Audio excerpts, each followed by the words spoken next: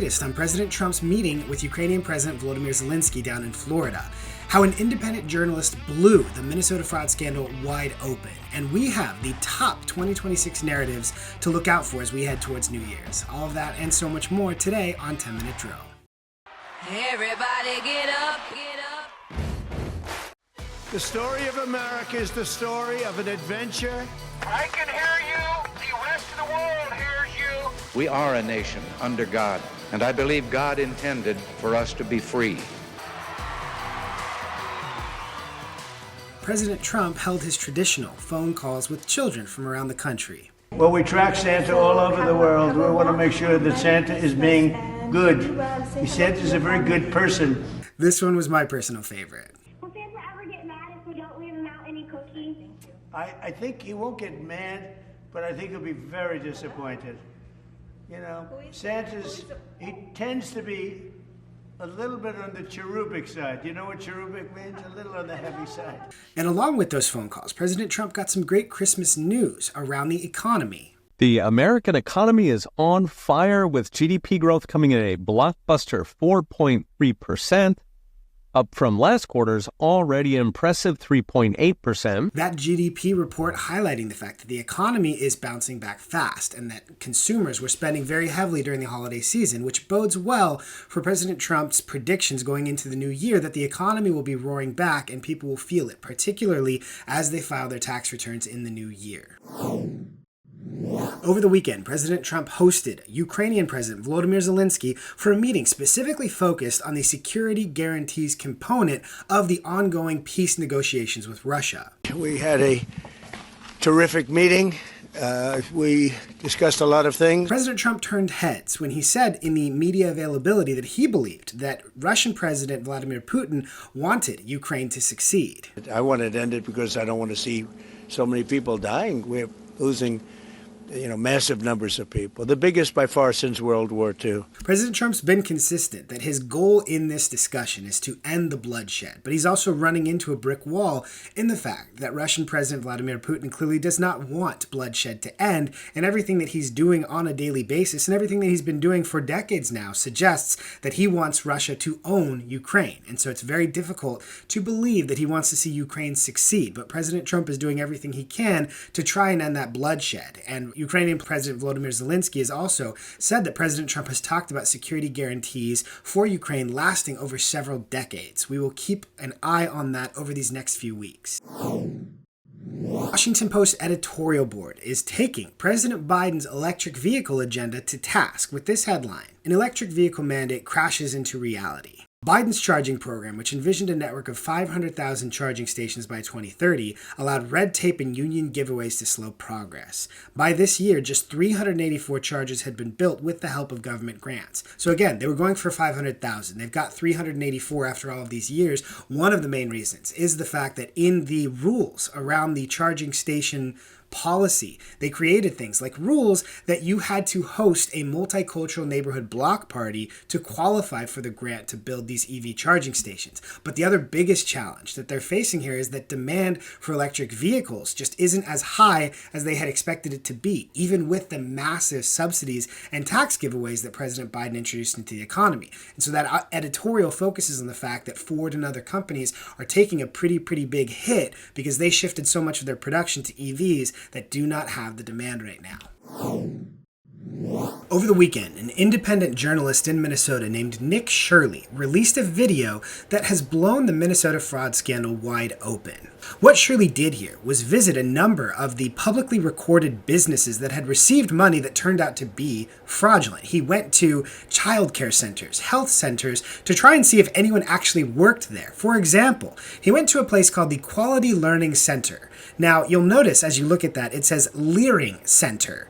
Leering, not learning. And as Nick tried to investigate, he looked inside and saw there were no children there. He talked to neighbors and found that there had never been children there, even though on their records they listed hundreds of children actually participating in the services there that taxpayer dollars had gone towards. He went to dozens of these and found hundreds of millions of dollars in fraud just by taking his iPhone camera and going to these businesses and finding out.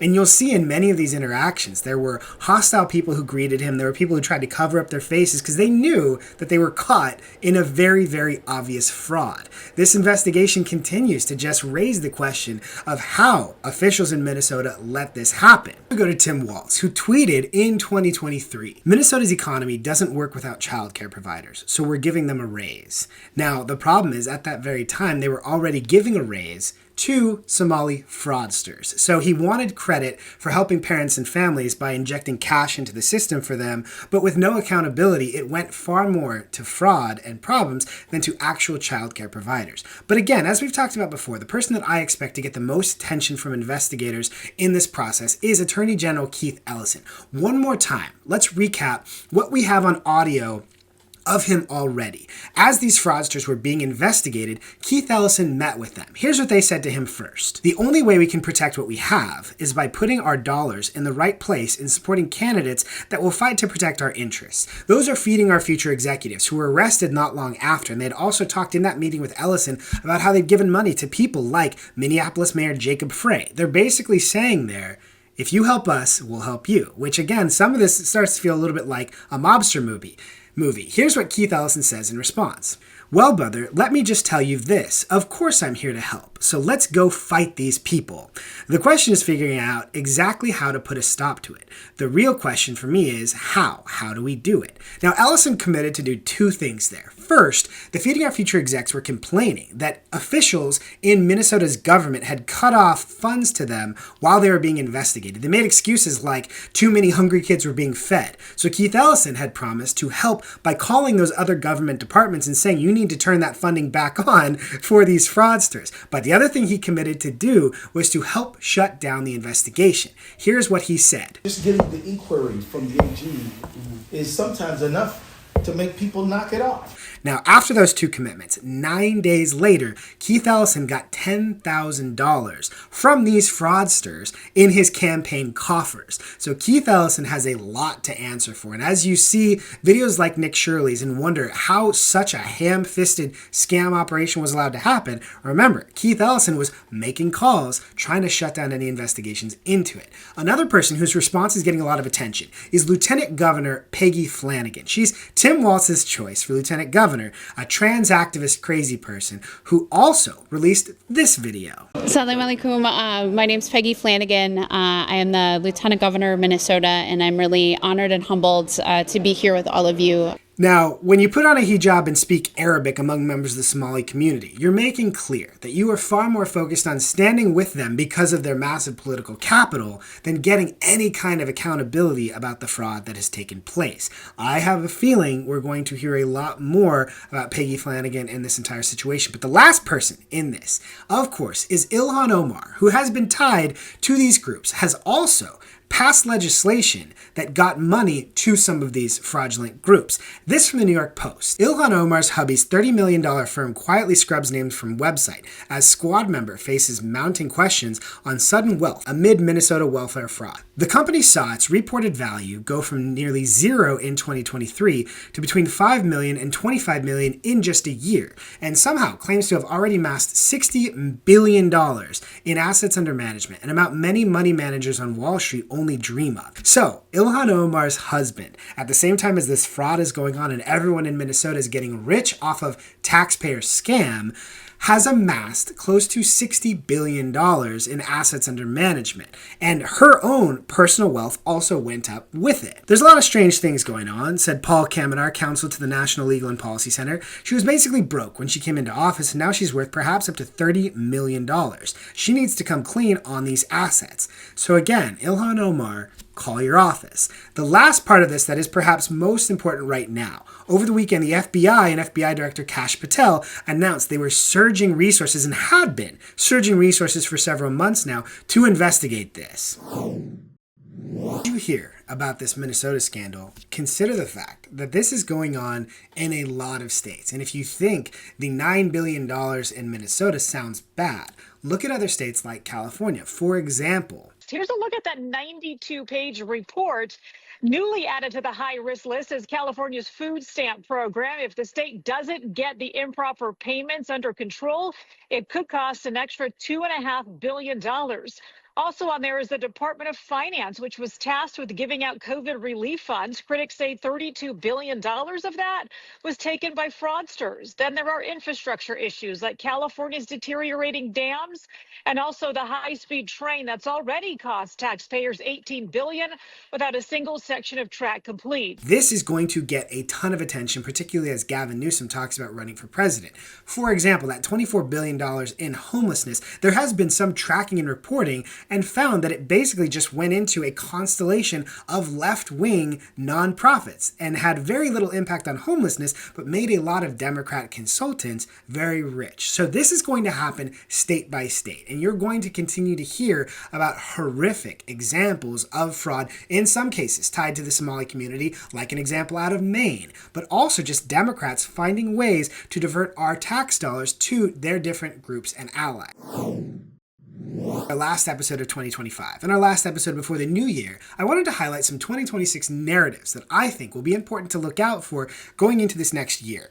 The first one being the overall political environment, particularly as we head towards the midterms. Much of the media is focused on the fact that we're heading towards some kind of crazy blue wave, that if the special elections that we've seen thus far are any indication, Democrats are in an incredible position to take the House, take the Senate, and prepare to take the White House in 2028. But a lot of that is built off of Washington narratives that aren't actually really grounded in numbers and data. We talked just 2 weeks ago about the fact that Democrats continue to have the lowest approval rating in history. This particular point, the Democratic brand is in the basement. It is total and complete garbage in the mind of the American public. So they're not in a good position, even on the generic congressional ballot, to take back so many of those seats that they think, or that media is talking about them taking back. But also, there are very positive signs for the economy. We talked about good inflation numbers just a few weeks ago that show the affordability issue is actually improving for people, that show GDP is bouncing back up, which means the economy is roaring and people will see with their tax returns that things are actually improving for them. So that will make it a lot more difficult for Democrats to try this very hard ham-fisted pivot to affordability, which brings up our second narrative. Democrats are trying to position themselves as the affordability party. The problem is a lot of them are already hinting at exactly what they would do if they got back in power, and it's the exact same things that created the affordability crisis in the first place. A few weeks ago, we talked about how a number of Senate Democrats have new demands to bring back the Green New Deal policies of electric vehicle subsidies, wind and solar tax credits that helped drive up some of the worst inflation we've seen in decades under Joe Biden. And so again, they're making very clear here that while they want to pretend and put on sort of a costume to say we're the affordability party, their actual plans are not going to make anything more affordable. And what we have seen from Republicans the last 12 months has actually made significant marked improvements, with more to come.